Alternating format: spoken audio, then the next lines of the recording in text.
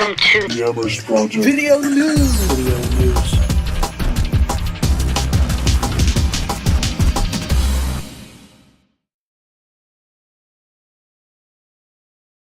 Just go again. Okay, so we've been out here interviewing students about who they think Jesus is. This is it's so hard to invite people into your own spirituality. You know what I mean? To like talk to people about a God they don't see, but who is so relevant and real to you. What's it like being a student at UMass where, I mean, a lot of the people we've talked to don't see Jesus as God, don't see Jesus as risen from the dead. He was a good moral teacher, but he's kind of now a figment of you guys' imagination. What's it like trying to convey this relationship to other people? Well, I think it's difficult trying to convey this, like what Shane said, like who Jesus is to other people, because I think most people have a lot of preconceived notions about who God is, or they all have their different experiences with Christianity, and a lot of people have had negative experiences. So when you, like for me, talking to people about God is difficult because when you try to, have all these different filters from what they've heard from past experiences and different people, and I think it can make it a very difficult thing to open up these conversations about faith and about God, and to keep the conversation going. There's no easy answer to it, I don't think. Just from all the baggage that people are carrying from the topic, it's hard. It's hard. Yeah. How about you, Pam? Personally, it saddens me that people don't see Jesus as I do. They see him as a teacher, but he was much more than that. And he's still alive and present and working in all parts of my life and other people's lives as well. Even if you don't see it, he's still there. And I think it's a shame that people don't see him for who he is, and don't have a relationship with him and make their life more meaningful and actually find purpose in their life. Can you describe a time when you were talking to somebody and the light did come on? They're like, yeah, maybe Jesus is more than just a historical figure or something. Yeah, I've definitely been in conversations like that before, and a lot of times those types of conversations will come up when usually they're maybe with friends or people who I've kind of interacted with a bit, and it's easier for those conversations to come about because it's much more natural, and I think those people realize that I don't have an agenda, which I don't, that I'm not like out to get them or trying to get something from them. Because I think typically people think that you're, when you approach them about whatever, God or whatever, they think you're like a car salesman and that you have an agenda. But when they realize that I'm being genuine and I'm just trying to love them and just open up this conversation about what I've experienced, and I'm trying to share with them what I know to be real, and once I think those walls come down, then conversations start to come up about faith, and people are really open because they don't have their guard up anymore. And yeah, there's been conversations where we'll start talking about Jesus, and things will really click with people. Oh wow, I've never really thought of it that way, or wow, like that's amazing, like that's so encouraging. And I've had a lot of conversations where people have walked away not feeling judged for not believing what I believe, but instead feeling maybe more open to faith or open to the idea of there being a loving God who cares about them. So yeah, there's definitely like a lot of really positive things that can come out of having conversations with people where they can have their guard down and be vulnerable, and you can be vulnerable too. So yeah. I think what you're saying is, instead of trying to seal the deal, so to speak, when you're talking with somebody, I mean, I know your heart. My heart is like, because I've had life-changing encounters with Jesus, and I want so bad for people to know him and like push through all the baggage of pop cultures. Like, you know, there's so many like false things people believe about Jesus, and you just want to take them from there to here. Yeah. And it's like, how do you do that without coming across like, I mean, because there is an urgency in your heart, because you're like, man, I've been there. I know what you're talking. You know, I just Jesus. You know, he loves you, wants to be. And it's like, what do you do with the tension? How can you be passionate and be like, man, now, you know, like how do you convey that without stepping into crossing that line? When I moved in freshman year, I was very open with my roommate about my faith and about Jesus and about the Lord. And I just kind of was very honest with her. I was like, I'm not here to judge you. That's not my job. But I'm here to share with you what I believe and what God has done in my life.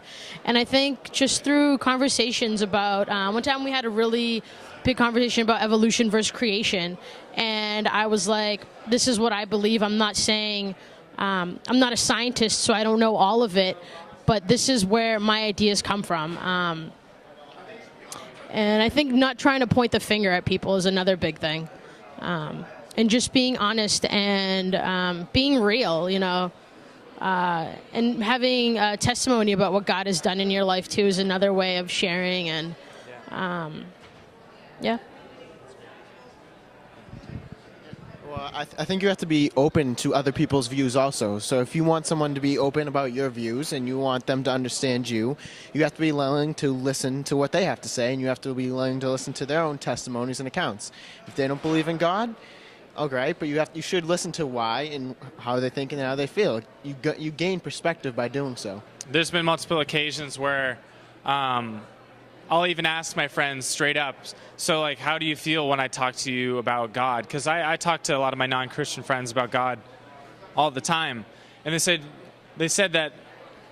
for them, I'm almost like a special case, because they say that I don't, said, oh no, it's okay when you talk to us about God, because you're not trying to impose your beliefs on us, and you're not trying to, you're open-minded, and you're not like pointing the finger or judging. And so for them, when I approach them in that way, they're not, they feel more comfortable talking about faith, and it's not an awkward thing for them, and they're comfortable being real with me, which is great. Truth by nature is exclusive, and exclusivity is like a curse word in this generation. You know what I mean? So how do you, when you have an exchange of ideas, and I mean, yeah, it's one thing to not be threatened in any way by hearing people out. I mean, you earn the right to speak by listening to people. But what about when somebody says something that is like historically inaccurate, or is just wrong, and like, how do you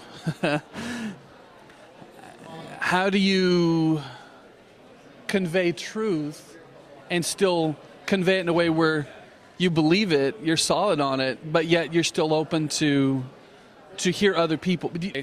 And you're like, Jesus said, I am the way, the truth, and the life. No one comes to God except through me.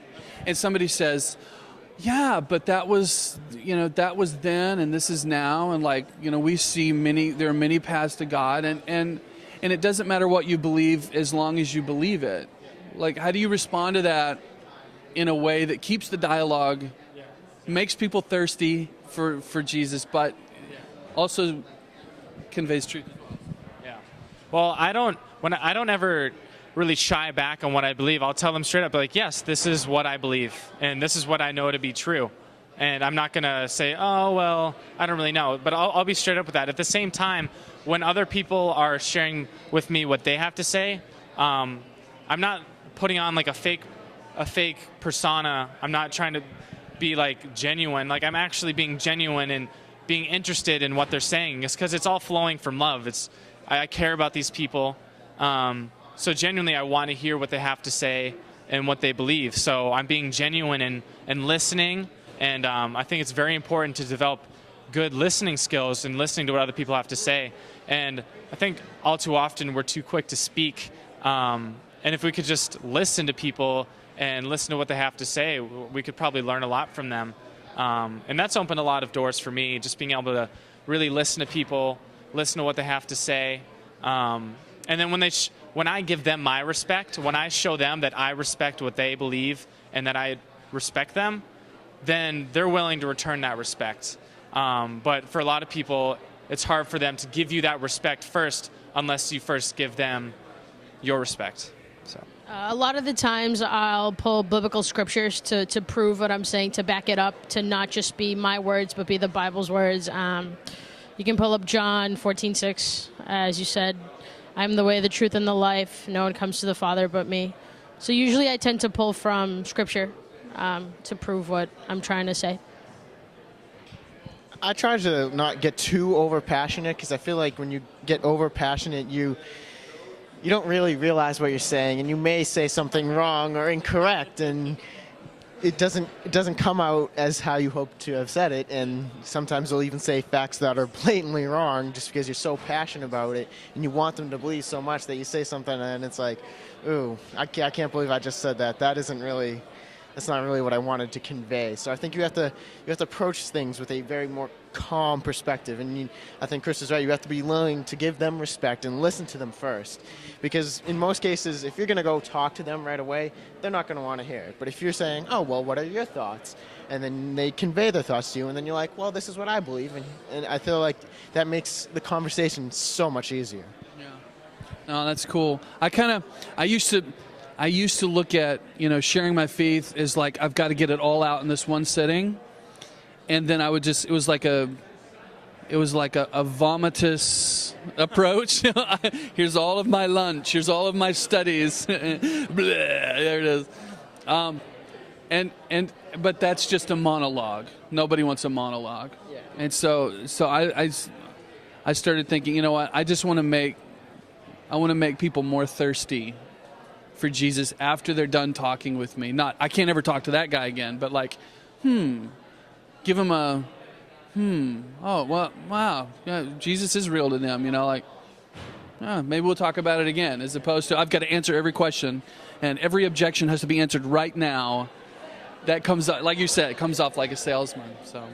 Yeah, I mean, you have to be able to have a discussion. You have to talk with them, not at them. And I feel like that's the important thing. You can't just be like, and here's everything I say about Jesus, and I'm going to chastise you and tell you everything you've been doing wrong and how you're such a sinner. That doesn't work. You need to be willing to have a real adult discussion. That's good. Fantastic.